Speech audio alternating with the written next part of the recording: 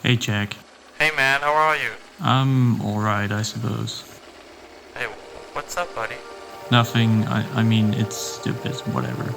Nah, dude, come on, hit it. Alright, well, it's just that I bought a new camera recently, and it's really great. It's got 4K, it can do slow motion and stuff, it's got so many awesome features. Hey man, that sounds great. I'm happy for you, man. Yeah, I know, it's just that, gosh, my footage still looks like trash, you know what I mean? Like, it still looks like I could have taken it with my phone. Like, I thought this new camera would just give me this creamy, epic footage, you know, like when it looks soft, but it's still sharp. Like it's warm, but it's not actually warm. Like I just want that thing, you know, that cinematic magic, man. Don't you worry, man. I think I've got the thing just for you. Wait, really? What's that? It's a little well-kept secret. I like to call it the gateway to cinematic heaven. Alright, well, show me. Alright, get ready. Let me introduce you to...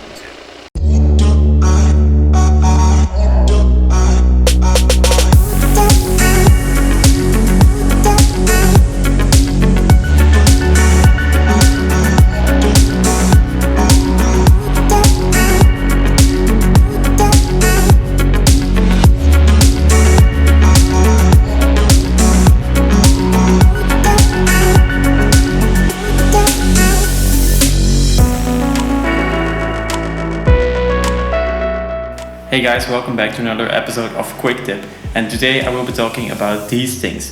This is a mist filter, also sometimes called a Promist filter or a diffusion filter or a black Promist filter or a black diffusion filter or a sunny bloom filter.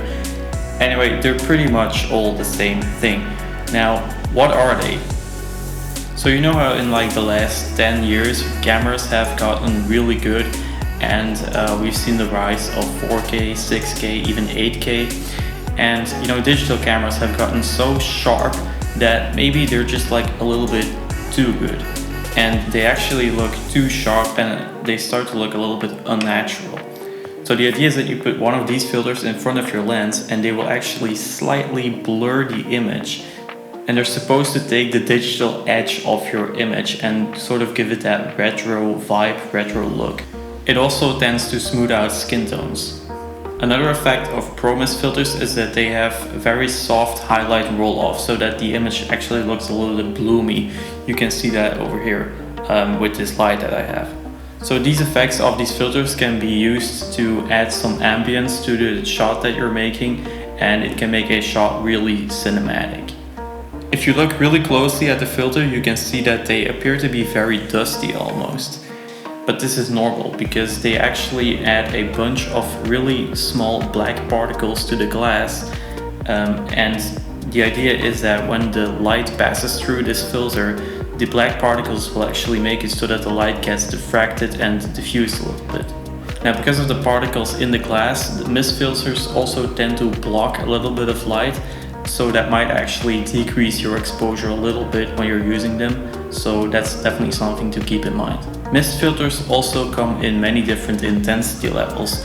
The most common ones are 2, 1, a half, a fourth, and an eighth, and the eighth being the weakest intensity. These numbers basically translate to how many particles are in the glass, and therefore they indicate how much this filter will diffuse. For almost anyone though, I would suggest sticking to a fourth or an eighth version of a filter, because the other versions are just really strong in their effect, and they usually do more harm than good. So I would suggest staying away from those, unless of course you're going for a very specific look. Then the choice is up to you, of course. So here's a demonstration of the filters. Here is the fourth and eighth filters side by side, and also a comparison with no filter at all.